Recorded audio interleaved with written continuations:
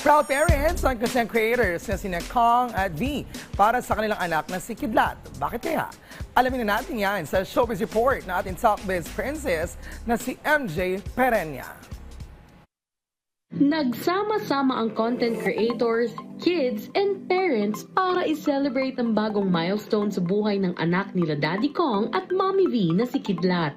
Dahil recently lamang ay ginanap ang official unveiling ng isang hair care collection for kids in collaboration with Kidlat. Pero para sa Team Payaman couple ay hindi lamang ito tungkol sa collaboration. Isa din ito sa way nila upang masigurado na alagang-alaga not just the hair but also the well-being ng kanilang anak at na-enjoy nito ang kanyang pagkabata. Siyempre, as a dad, super excited na i-share sa inyo ang tips and tricks at sikreto. Kaya sobrang happy ko na ngayon na toddler or malaki na si Kidlat, nandyan pa rin sila at nagkaroon pa kami ng collaboration. And tayo bilang magulang, dapat hayaan talaga natin silang magdaro kasi yan talaga si Kidlat nga, hindi ko na alam kung nasaan eh. Naglalaro lang siya. Actually, bago nyo kami tawagin, nahanap namin siya, nawawala na siya. Nagkaroon din ng interactive activities at expert parenting discussions sa nasabing event.